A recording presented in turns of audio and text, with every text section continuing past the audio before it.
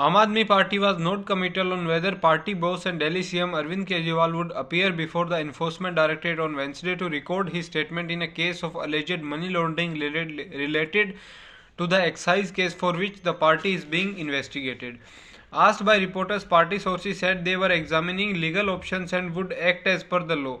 Kejriwal had skipped ED summons for November 2 and December 21. It was query from the Supreme Court as to why the agency had not questioned the AAP leadership in connection with the excise policy case when it had alleged that the bribes were used for the Goa campaign that led the ED to inform the court that it intended to question AAP's leadership, setting the stage for Kejriwal's summons.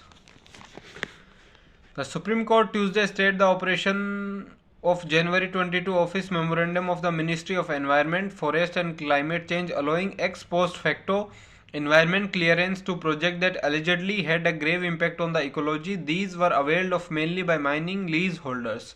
Appearing for NGO One Shakti, senior advocate Gopal Shankar Narayanam told a bench of Justices B.R. Gavi and Sandeep Mehta that the very concept of ex post facto clearance, that is clearance after the project had begun, was an anathema of the Environment Protection Act, which mandated environment clearance prior to starting work on a project. The council said the environment impact assessment notification of 200 insists that prior environment clearance for all projects and told the court the problem started with an office memorandum of 17 which proved a 6-month window for alleged violators and apply for post facto clearance. The Supreme Court entertained the petition, issued notice of the ministry and stayed the 22 Om till further orders.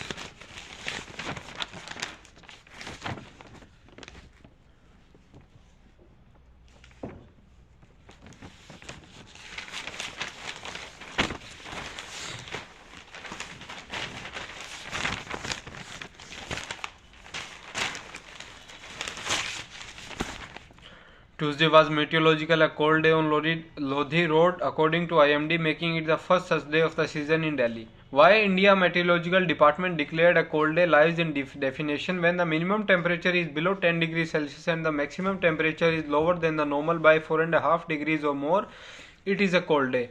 On Lodhi Road, the maximum temperature was 16 degrees Celsius, 4 degrees below normal, and minimum was 7 degrees Celsius, 1 degree above normal.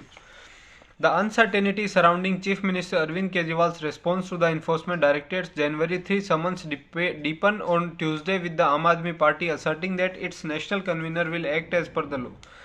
Reacting to a question in a press conference, AAP Chief National Spokesperson Priyanka Kakkar said, "Our legal team will be better equipped to answer this question. We will act as per the law." No reaction was available from the Chief Minister's office.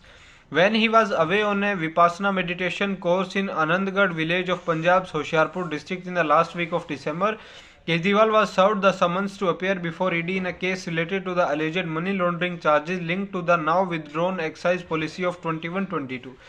This is third time that ED has summoned the CM who had refused to appear before the agency on November 2 and December 21. Calling its notices illegal and politically motivated. Urging ED to withdraw the summons, Kejriwal had earlier observed that it did not specify if he has been called for questioning as an accused or a witness and as an individual or the CM of Delhi or AAP's national convener. While replying to second summon, Kejriwal had claimed that the notice did not answer the queries he had raised in his response to the first one.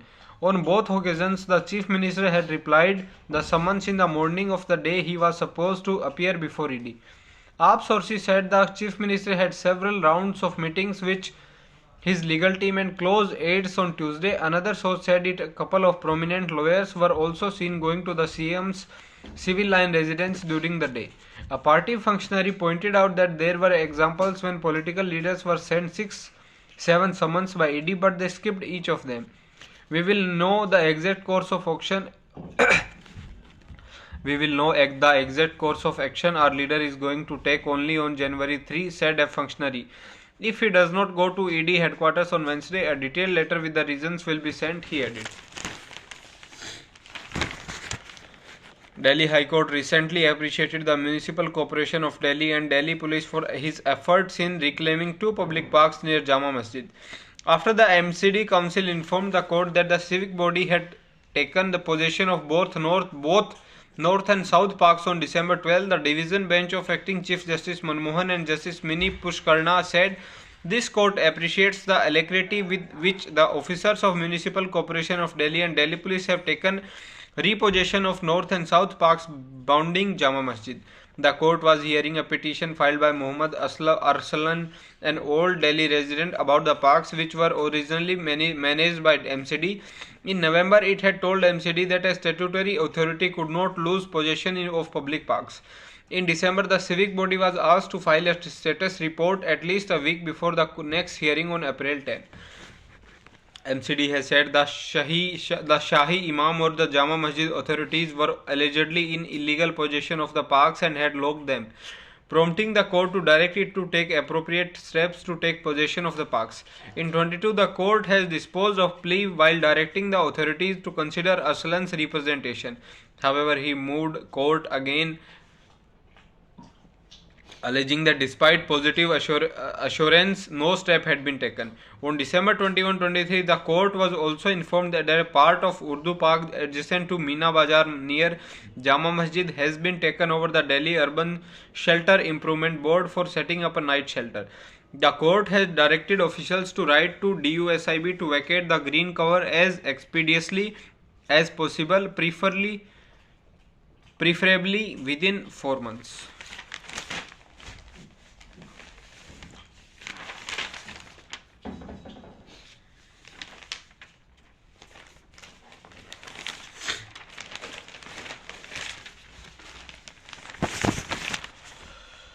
When Delhi resident Peter Satwant Singh learned that a possible remedy for his wife's leukemia was sattvic or unprocessed food, he turned his home in scenic farms into a model of sustainability. Now, years after his wife Nino Kaur's recovery, the septuagenarian couple continue to grow their own fruit and vegetables through aponics, besides having a fish farm. Delhi University Vice Chancellor Yogesh Singh has outlined a comprehensive plan for infrastructure development with an estimated allocation of Rs 1,600 crore for the project. Addressing a gathering at the VC's office lawn on Monday, Singh laid a new building of institution of eminence will be constructed, as well as an IOE hostel and computer center. The library will also be expanded. 2 new academic blocks have been planned at the Delhi College of Economics, while the Faculty of Technology is expected to be expanded. A campus in Surajmal Vihar and an academic block at Dwarka were in works. New construction is expected to begin by April. Renovation in various places will also have been completed, Singh said. The 100th convocation ceremony of DU will be held in February, the VC added. Singh went to highlight the university's accomplishment in 23 due to commendable performance of everyone. Commending the collective effort, he said 3,000 appointments and 5,000 promotions for teachers took place last year. Singh added that there was a 13% in research publications in Scopus Index journals during the past 1 year. He highlighted the rise in the H Index rankings from 232 to 268. Reflecting the enhanced quality of research by faculty members. Besides, DU signed 33 MOU with foreign universities last year, fostering global collaboration.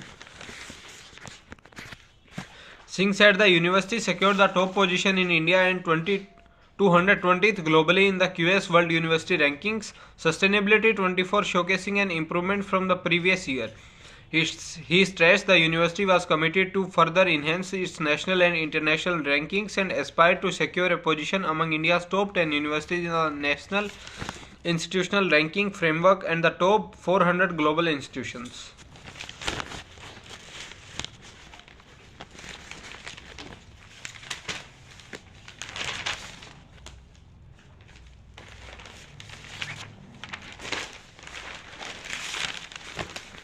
The rules for the Citizenship Amendment Act 19 will be notified well before Lok Sabha polls are announced, enabling grant of citizenship to eligible migrants from Pakistan, Bangladesh and Afghanistan belonging to their 6 minority communities, a senior government functionary said on Tuesday. An online system for application processing and grant of citizenship under CAA is being explored by Home Ministry, the functionary added. CAA was enacted in December 2019 and came into force in January 10. However, CAA rules are yet to be notified, which is why the Act has not been implemented or process started for grant of citizenship to nationals from Pakistan, Bangladesh and Afghanistan belonging to Hindu, Sikh, Jain, Christian, Buddhist and Parsi communities who had migrated to India before December 31, 2014. Enactment of the law had sparked large-scale protests with the Muslim community and opposition parties dubbing it discriminatory and calling for its rollback. The delay in notification of rules which the centre attributed to the pandemic had led many to wonder whether the government was still keen to follow through the law of operationalizing it. The government functionary, when asked whether CAA rules would be notified before the announcement of Lok Sabha elections due to in a few months, replied yes, much before that. The functionary further said the rules are ready and the online portal is also in place and the entire process will be online. The applicants will have to declare the year when they entered India without travel documents. No document will be sought from the applicants. Those who have already applied for citizenship may not be required to apply afresh. The functionary added that eligible migrants may apply for citizenship under CAA via a dedicated portal of Home Ministry using their mobile phones from wherever they are residing. Though citizenship is union subject, the Centre for time to time delegates its power to the state administrative machinery. An online system for applying, processing or grant of citizenship may not require the Home Ministry to delegate power for grant of citizenship under CAA. However, the verification will still need to be done by district administration concerned. Officials said that with the Home Ministry being the authority to which the applications is made, it may keep following up the district administration to expedite the verification. Online system will enable transparency on the point of delay in processing such citizenship requests. On December 27, Home Minister Amit Shah while addressing a BJP meeting in Kolkata, said that no one could stop implementation of CAA as it was the law of the land and accused West Bengal CM Mamata Banerjee of misleading people on the issue. In November, Junior Home Minister Ajay Misra had declared that CAA rules would be in place by March 30. According to the Manual of Parliamentary Procedures, the rule for any legislation should be framed within the 6 months of presidential assent or extension should be sought from the committees on subordinate legislation in Lok Sabha and Rajya Sabha.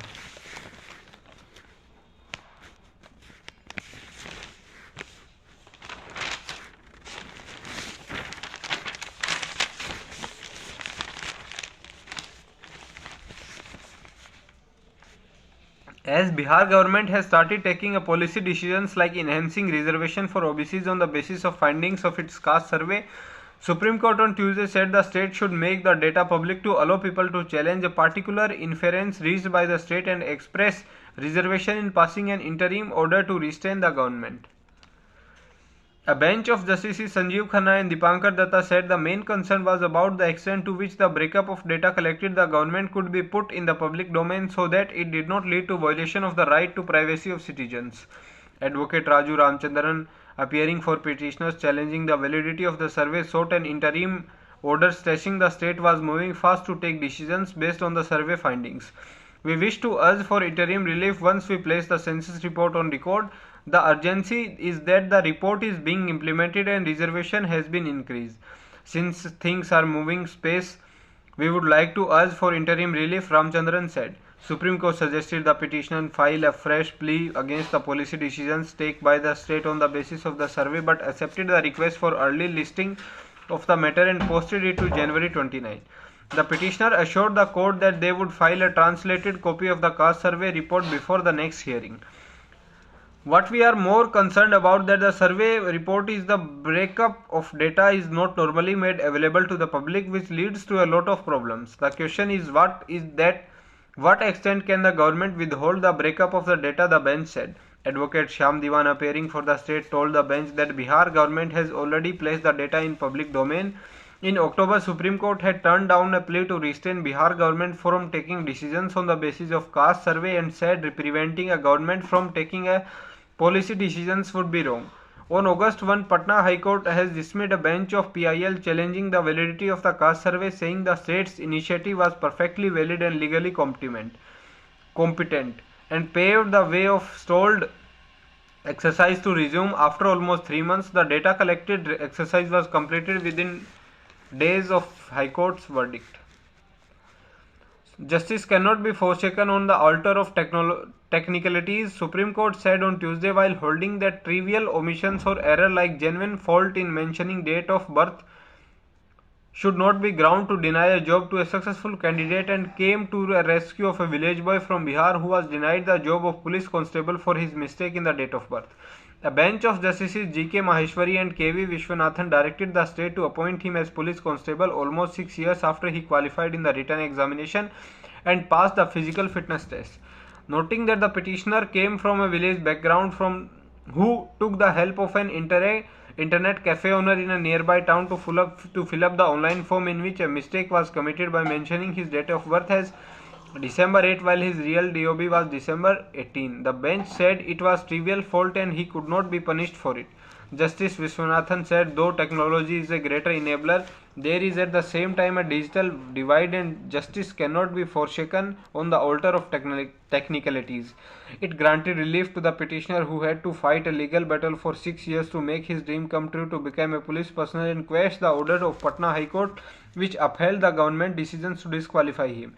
On the peculiar facts of his in this case, considering the background in which the error occurred, we are inclined to set aside the cancellation. We are not impressed within the finding of the division bench that there was no prayer seeking quashment of the results declared over the web. A reading of prayer clause in the writ petition indicates that the appellant did pray for a mandamus directing the respondents to consider the candidature treating his date of birth as December 18 and also sought for direction for assurance of appointment letter.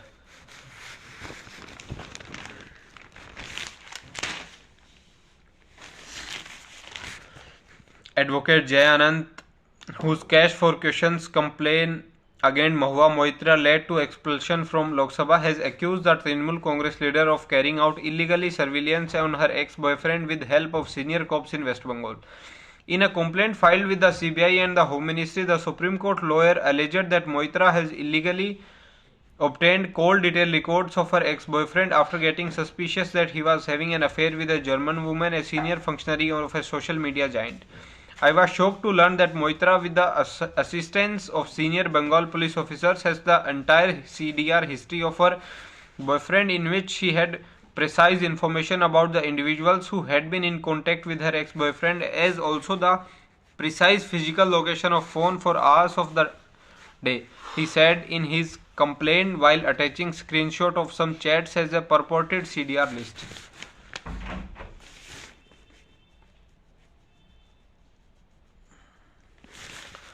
Candidates appearing for JEE Mains will be subjected to frisking and biometric attendance after a toilet break too. The National Testing Agency is introducing stricter guidelines during the test later this month, which include frisking and biometric identification process also for officials from the agency. The joint entrance examination will also be conducted in centers in Bastar in Chhattisgarh and Tura in Meghalaya for first time. As per reported by Times of India on December 8, 2023, the 12 lakh registrations JEE Mains this year received the highest ever applications and crossed the 10 lakh mark for the first time. The number is expected to rise with new candidates likely to apply for April 24 exams. According to NTA officials, these measures are necessary to ensure safe delivery of tests as well as offer a fair field of hardworking candidates. Continuous improvement is what we are looking at. Moreover, with advanced notification and registration are having ample time to work upon security measures and preparedness as well, said Subodh Kumar Singh, Director General of NTA. Singh added, apart from the biometric attendance and frisking at the entry, candidates will be frisked and biometric attendance will be taken again on entry from toilet breaks. Not just candidates, even officials and other staff including helps will undergo frisking and biometric attendance.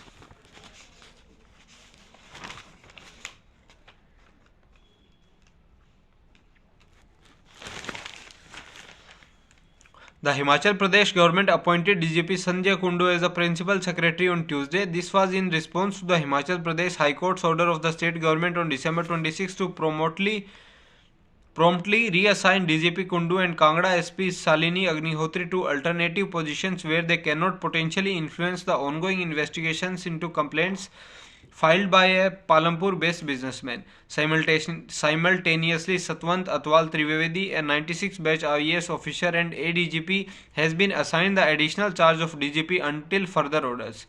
Kundu has moved the Supreme Court challenging the High Court order to remove him as DGP. The top court will hear his petition on Wednesday. Himachal Chief Minister Sukhvinder Singh Sukhu clarified that Kundu's reassignation is a promotion, not a removal.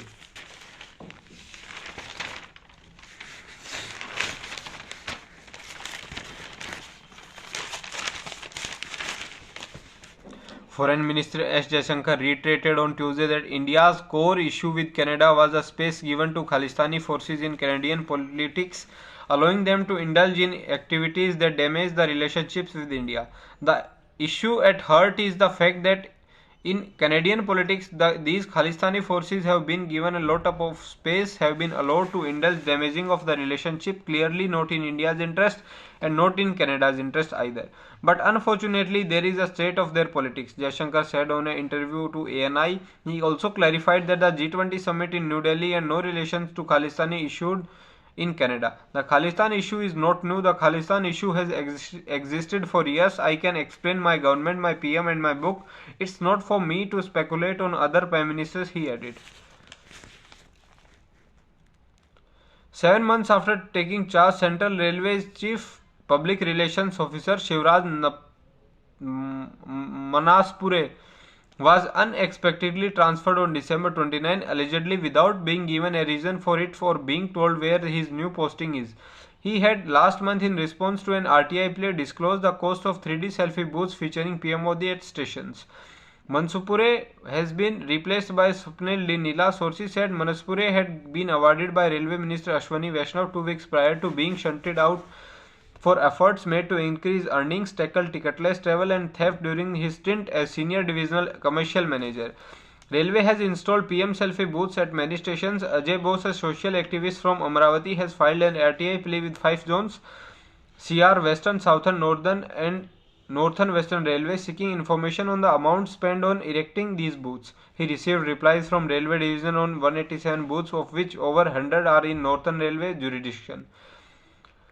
Barring Central Railway, none of the division responded to the specific query on the cost incurred on erecting temporary and permanent booth. Information received from CR showed that temporary selfie booths were installed at 30 stations and permanent ones at 20 stations across Mumbai, Nagpur, Pune, Bhusawal and Solapur division. CR said each permanent booth cost Rs 6 lakh at category C stations and every temporary booth at category A station cost 1 lakh. The costs were approved by Central Bureau of Communication. The information from CR was supplied by Deputy GM Abhay Mishra, but the CPRO has been shunted out, said Bose.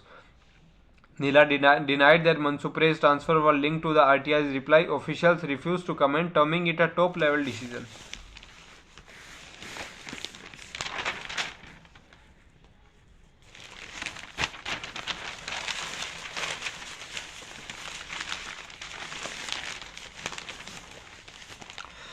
Confident of a better performance in the 24 Lok Sabha polls, BJP has set itself a stiff target and coined a slogan तीसरी बार मोदी सरकार अब की बार 400 पार.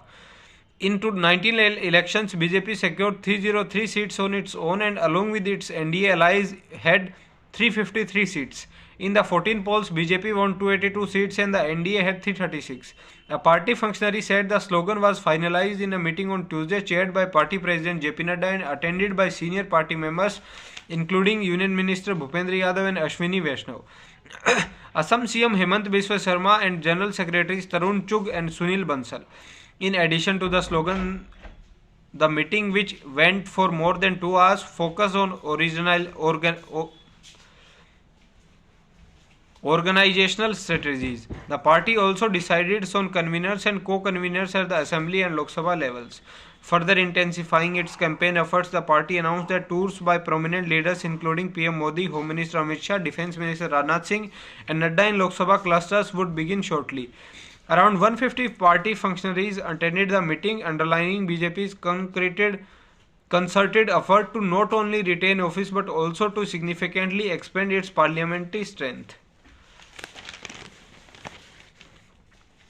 For the first time in her two-decade career, Malika Sagar wore sneakers to work on December 19 last year. Apart from helping her fill the charged shoes of British auctioneer Hughes Edmonds, the pair of kicks kept her going during his 7-hour headline-grabbing debut, selling 72 male cricketers for over rupees 200 crore in a large arena in Dubai as IPL's first woman auctioneer. The stint came 22 years after she sold baseball memorabilia to a roomful of well-armed Americans at the first women auctioneer at Christie's in New York.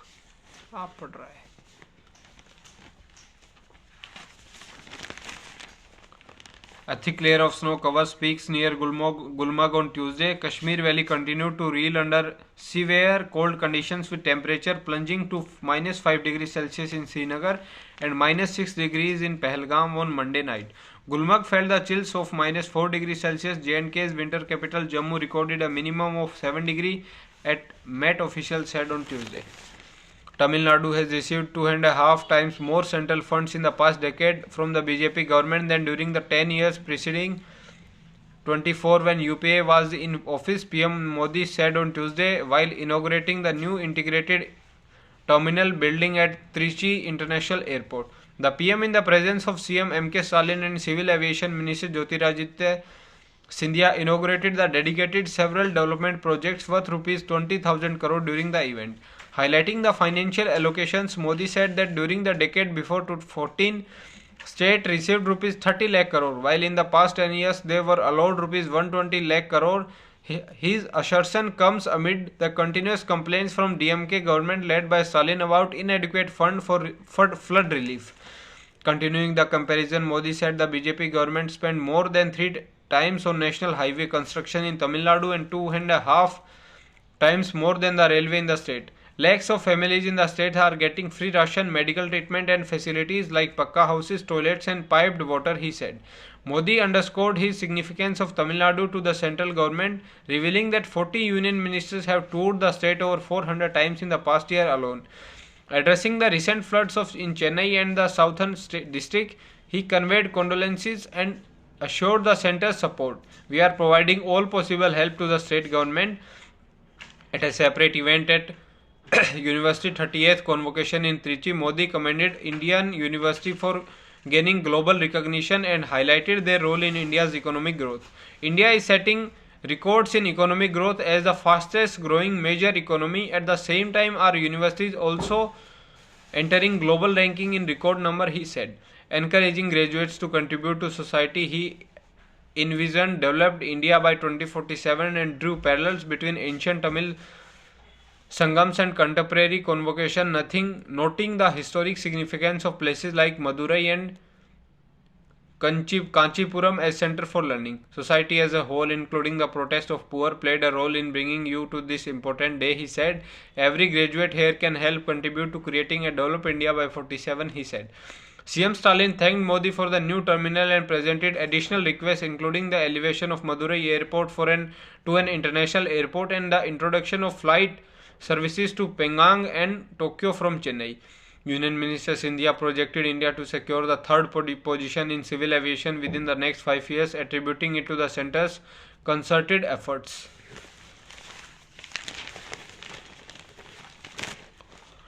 A special task force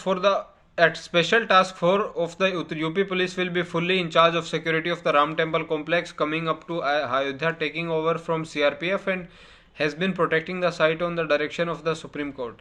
A senior government functionary said since CRPF was deployed at the Ram Janmabhoomi site as per the orders of Supreme Court following the demolition of Babri structure in 92, and that with January 22 set as the date of Pran Pratishtha or consecration ceremony of the Ramlala idol, the UP Police Security Force will start providing comprehensive security cover to the temple. CRPF has been providing perimeter security at the Ram Janmabhoomi site. It is expected to be deployed till the Pran Pratishtha guarding the temple complex along with PSC and SSF. However, the UP forces by now adequately trained and equipped to handle all security duties including SS control, frisking and perimeter security at the newly constructed temple complex. The CRPF had in July 2005 thwarted a terrorist strike at Ram Janmabhoomi site by neutralizing 5 terrorists. The Supreme Court in 19 delivered a historic verdict setting a temple mosque dispute that went over a century back. The court backed the construction of the Ram temple at the disputed site. Ruled that an alternative 5-acre plot must be found for building a mosque.